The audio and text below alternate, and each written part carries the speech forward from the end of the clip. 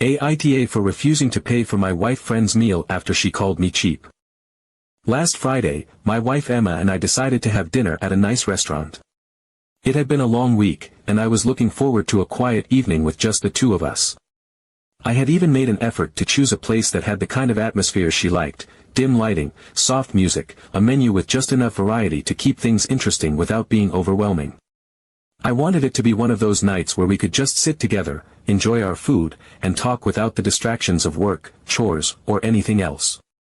But before we left, Emma casually mentioned that she had invited her best friend Sarah to join us. I was surprised, though not entirely shocked. Sarah had a way of inserting herself into our plans, especially when it involved going somewhere nice. I wasn't thrilled about it, but I also didn't feel like arguing. If Emma wanted her there, so be it. I told myself I could still enjoy the night, even if it wasn't exactly what I had in mind. When we arrived at the restaurant, Sarah was already waiting at the table. She greeted Emma with her usual enthusiasm, completely ignoring me at first, which was typical. Sarah and I had never been particularly close. She tolerated me because I was Emma's husband, and I tolerated her because she was Emma's best friend. That was the unspoken agreement between us. As we settled in, the conversation flowed mostly between Emma and Sarah. I chimed in here and there, but for the most part, I just focused on my food. I had learned long ago that whenever Sarah was around, I was more of a spectator than a participant. She had a way of dominating conversations, talking about herself, her work, her latest drama, always making sure she was the center of attention. And Emma, being the kind-hearted person she was, always indulged her. The food was good, the atmosphere was pleasant, and despite Sarah's constant chatter, I was managing to enjoy myself. But then the check arrived. Without thinking much about it, I pulled out my card and placed it on the table. It was just a habit at this point: whenever Emma and I went out, I always paid. I had no problem covering our dinner. But then, out of the corner of my eye, I noticed Sarah sitting back in her chair with her arms crossed, a smug little smile on her face. "Oh, I thought you were already paying for everyone," she said, as if it were the most obvious thing in the world. I blinked, momentarily caught off guard. I had never once paid for Sarah's meal before, so I had no idea where this assumption was coming from. But I stayed calm and simply replied, "No, I'm just paying for Emma and me." That should have been the end of it. A normal person would have just nodded and grabbed their own wallet. But not Sarah. Instead, she gave me this incredulous look, like I had just told her I was leaving her stranded in the middle of nowhere. And then she laughed, loud enough that a couple of nearby tables turned to glance in our direction. "Wow, I didn't know you were so cheap." For a moment, I just stared at her, trying to process what I had just heard. Cheap? Because I wasn't paying for her dinner? Because I wasn't covering the bill for a person I hadn't even invited? I could feel the irritation bubbling up, but I wasn't about to let her get under my skin. I smiled and said, "I didn't know you were so entitled." That wiped the smug expression off her face immediately. She went red, her jaw tightening. I could tell she wasn't used to being called out like that. She wasn't expecting me to push back. But instead of backing off, she doubled down. She scoffed and said something about how she had just assumed that since I was already paying, it wasn't a big deal. As if my money was just lying around waiting to be spent on her. As if I was being unreasonable for not wanting to foot the bill for a third person. I wasn't interested in arguing, but I also wasn't going to let her guilt trip me into paying. "I don't pay for random people's dinners just because they showed up," I said, keeping my voice even. She made a face, like she couldn't believe I had just said that. Emma, who had been silent the entire time, shifted uncomfortably in her seat. I could tell she was hoping this would blow over, that I would just cave and pay to avoid the awkwardness. But I wasn't going to do that. If Sarah wanted to throw a tantrum because she had to pay for her own meal, that was her problem, not mine. Eventually, Sarah huffed and pulled out her wallet, muttering under her breath the whole time. She handed the waiter her card with an exaggerated sigh, as if this was some great injustice she was being forced to endure. I ignored her, finished my drink, and waited for the bill to be settled. When we left the restaurant, Emma was quiet. I could tell she was upset, but I didn't say anything right away. I figured she just needed a moment to process what had happened. But as soon as we got home, she turned to me with a look of disappointment. "You were really rude back there," she said. I frowned. "How was I rude?" "You humiliated Sarah in front of everyone," she said, crossing her arms. "You could have just paid and avoided all of this." I couldn't believe what I was hearing. So I'm supposed to pay for her just because she expects it? That's not how this works. Emma sighed, clearly frustrated. "You didn't have to make a scene." I shook my head. "I didn't make a scene. Sarah made a scene when she assumed I was paying and then tried to shame me when I said no." Emma didn't have a response to that.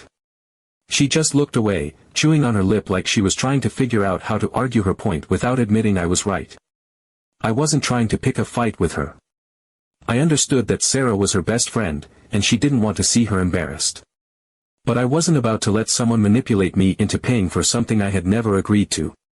If Emma had told me in advance that she wanted me to cover Sarah's meal, maybe we could have discussed it. But springing it on me at the last second and expecting me to just go along with it? No. I ended up sleeping on the couch that night. Not because Emma kicked me out, but because I needed some space. The whole thing left a bad taste in my mouth. Not just because of Sarah's entitlement, but because Emma had taken her side without even considering mine. I don't know if I handled it perfectly, but I do know one thing: I'm not paying for Sarah's dinner. Not now. Not ever. Update 1. A few days later, we found ourselves at a restaurant again, this time with Sarah joining us once more. It wasn't my idea. After the last disaster, I had no intention of sitting across from her anytime soon, but Emma had insisted. She said she wanted to smooth things over, that Sarah didn't mean anything by what she said, that it was just a misunderstanding and we should all move past it. I wasn't sure I believed that, but I also wasn't interested in another argument with my wife, so I agreed. Walking into the restaurant, I felt an awkward tension settling in my chest. I wasn't the type to hold grudges, but the last dinner had left a sour taste in my mouth. Still, I told myself to let it go. If Emma wanted this to be normal, I could at least try. Sarah greeted us like nothing had ever happened, all smiles and light conversation, as if she hadn't just called me cheap a few nights ago in front of a whole restaurant. She acted like there was no tension at all, no lingering awkwardness, and for a moment, I wondered if I was overthinking everything. Maybe she really had just been joking last time. Maybe I was making a big deal out of nothing. The three of us ordered food, talked about ordinary things, and for a little while, it actually felt normal. Sarah carried most of the conversation as usual, bouncing between stories about her coworkers, a frustrating customer service experience she had, and something about a guy who had texted her out of the blue after ghosting her months ago. Emma laughed in all the right places, responded when needed, and I sat back, eating my food, nodding occasionally. It wasn't exactly how I wanted to spend my evening, but at least there was no conflict. Then the bill came. I had barely glanced at it when I noticed Sarah tilting her head, her eyebrows drawn together in exaggerated confusion. She reached for her purse, patted it absent-mindedly, then let out a dramatic sigh. "Oh, I forgot my wallet at home," she said casually, like it was no big deal. I looked at her, not saying anything. I wasn't sure if I had heard her right at first, but her expression didn't change. She just sat there, waiting. Then I turned to Emma, and the way she avoided my gaze made my stomach twist. She knew. She knew before Sarah even said it. I exhaled slowly, pulled out my wallet, and without a word, placed enough money on the table to cover just Emma and me. Then I put my wallet away, leaned back in my seat, and turned my attention to my wife as if Sarah hadn't spoken at all. "Well, sounds like your problem," I said, my voice calm. For a few seconds, Sarah didn't move. She just sat there, completely still, her eyes locked on me. It was almost comical, the way she played her part so convincingly. But then, just as quickly as the act had begun, it ended. She reached into her pocket, pulled out her wallet, and without hesitation, threw her own money onto the table. I blinked. My mind raced, trying to make sense of what had just happened. It was so fast, so seamless, like she had never forgotten her wallet in the first place.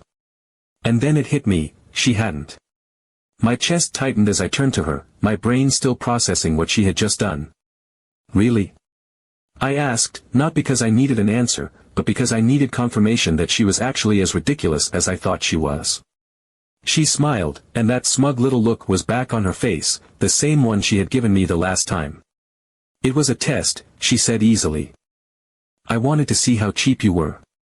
You failed. For a second, I couldn't even react. It was like my mind had short-circuited. She had planned this.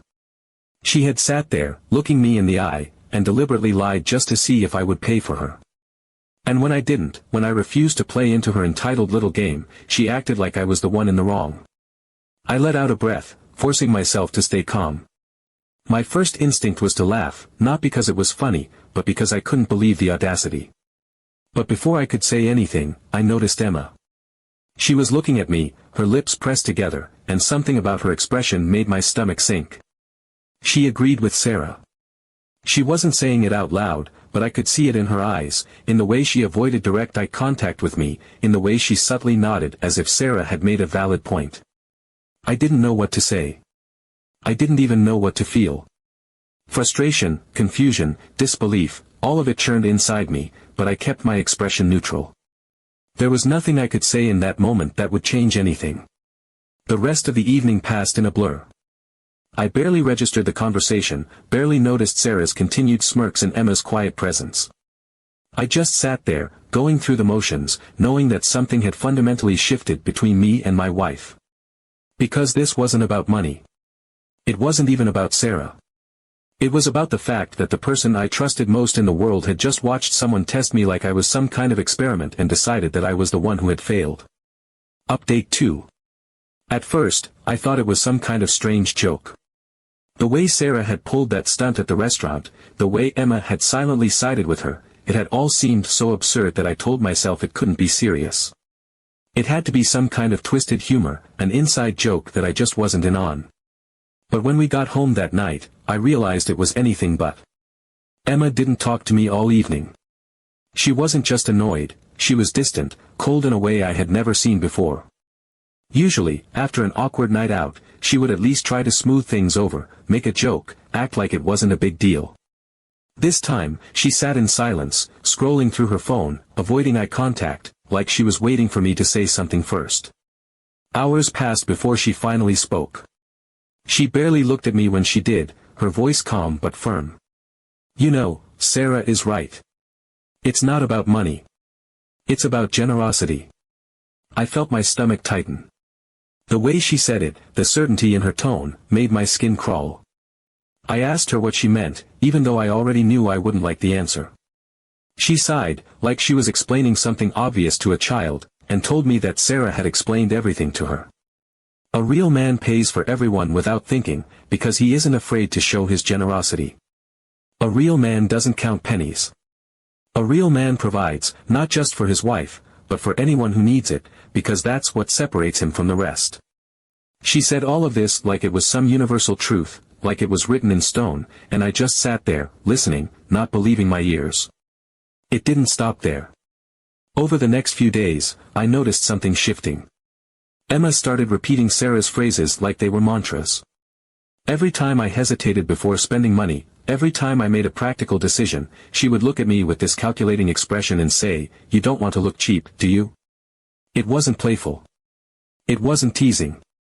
It was like she was waiting for me to break, waiting for me to cave and prove that I was the kind of man she had apparently decided I needed to be. At first, I brushed it off. I thought she would snap out of it, that this was just Sarah's influence lingering a little too long. But then I started noticing other things. The way she would bring up random stories about men who took care of things, without hesitation. The way she started comparing me to other people, old friends of hers, strangers in passing. It wasn't outright criticism, but it was always framed in a way that made me feel like I was falling short of some new, impossible standard. Then I found out the truth. Sarah wasn't just some opinionated friend with a warped perspective on gender roles. She was a psychologist. She had been testing me from the very beginning. Emma let it slip one night during a conversation that was already tense, her voice almost casual when she mentioned that Sarah just wanted to see if I was really worthy of her. The words made my blood run cold. It was a test. Every single moment, the dinner, the accusations, the manipulation, had been orchestrated, not just to prove a point, but to judge me. And the worst part was that Emma had agreed. She hadn't just gone along with it. She had believed it. She had let Sarah's words sink in so deep that she had started to doubt me, to see me not as the man she had married, but as some kind of failed project that hadn't lived up to Sarah's expectations. It all made sense now. The reason Sarah had acted so entitled, the way she had deliberately provoked me, the way she had laughed when I refused to pay for her. It had never been about the money.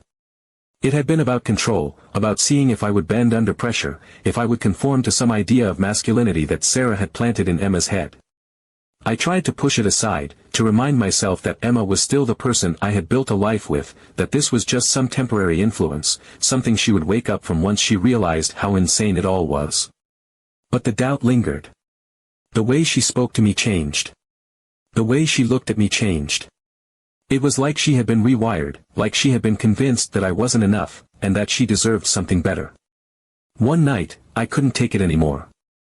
I asked her directly if she really thought Sarah knew me better than she did. She didn't answer right away. She turned away, hesitating just long enough for me to feel it in my gut. Then she said, quietly, "I just don't want to be with someone who isn't generous." That was it. That was the last straw. I didn't argue. I didn't yell. I didn't try to defend myself. There was nothing left to say. If she had let Sarah poison her view of me so completely, if she had allowed herself to believe that some outsider knew more about her own husband than she did, then there was no fixing this. The next day, I packed my things and moved in with a friend. There was no dramatic goodbye, no attempt to talk me out of it. She just watched, arms crossed, lips pressed together, her silence saying everything. I could tell she thought I was proving her right. That I was just running away instead of proving my worth. But I didn't care. I had spent enough time trying to meet expectations I never agreed to. I wasn't going to spend another second proving myself to someone who had already decided I had failed. Update 3. A week passed. I didn't write to Emma, and she didn't reach out either. There was no dramatic breakup scene, no desperate messages, no attempts to argue. Just silence. I wasn't sure what I had expected: anger, regret, relief. But in reality, all I felt was exhaustion. I had spent too much time trying to understand how my marriage had unraveled over something as ridiculous as a fabricated test of my generosity. I didn't have the energy to keep dwelling on it. But today, my phone rang. I glanced at the screen and saw Emma's name. I hesitated before answering, half expecting another round of accusations or another attempt to justify what had happened. Instead, the first thing she said was, "I was wrong." Her voice was quiet, stripped of the certainty she had spoken with before. I stayed silent, waiting for her to continue. She took a breath and told me what had happened. Sarah had offered to introduce her to someone, her ex-boyfriend, someone she described as very generous, someone who would take care of her without hesitation. The way Sarah framed it was almost like she was doing Emma a favor, like she was setting her up for something better, something more deserving. Sarah had told her outright that she needed someone who wouldn't make her worry about money, someone who would pay for her, for them, for everything, because that's what a real man does. I could hear the frustration in Emma's voice as she spoke, the way the realization had hit her all at once. Sarah had never cared about her happiness. She had never cared about our marriage. All she had wanted was to break something, to prove a point that only existed in her own mind. The test hadn't been about me at all. It had been about control, about seeing how far she could push Emma, how deeply she could plant doubt until it became reality. And the moment Sarah thought she had won, the moment she saw Emma without me, she had wasted no time trying to replace me. Emma had turned her down immediately, but it was Sarah's reaction that sealed everything. There was no concern, no understanding, no sadness for a friend going through a difficult time. There was only one final, dismissive remark: "Well, I told you your boyfriend was cheap." That was the moment it all became clear. The words hit differently this time, stripped of the manipulation, the twisting logic, the false wisdom she had been feeding Emma for weeks. There was no deeper meaning, no life lesson to be learned. It was just an insult, one last attempt to make her feel small. For the first time, Emma saw Sarah for what she really was. We met for coffee later that day. It wasn't an emotional reunion. It wasn't dramatic or filled with apologies and promises. It was quiet, measured, the kind of conversation that happens when two people have both been through something that changed them. She looked different, not physically, but there was something in her expression, in her posture, in the way she spoke. She looked tired but clear-headed in a way she hadn't been in weeks. For the first time in a month, there was no doubt in her eyes, no uncertainty hanging between us like a weight neither of us knew how to lift. She told me she wanted to make things right. She wanted to undo the damage, to prove that she hadn't chosen Sarah's manipulations over me, that she wasn't that kind of person. I wasn't angry. That feeling had passed days ago, replaced by something quieter, something heavier. I just told her the truth, that trust is something that needs to be rebuilt, not restored overnight. It was never about money, and it was never about generosity. It was about believing in each other, about knowing that we were on the same side, and for a while, she hadn't been. Sarah is no longer in her life. Emma cut contact the same day, deleting her number, blocking her on everything, walking away from a friendship she had once thought was unshakable. It wasn't easy for her, losing a best friend never is, even when that friend turns out to be toxic, but she didn't hesitate. There was nothing left to salvage. Now, we're back together, but without the people who think they have the right to dictate what's right for us. Without the voices that try to twist the simplest things into something they're not. It took losing each other, if only for a short time, to understand what mattered. And you know what? That was an important lesson for both of us.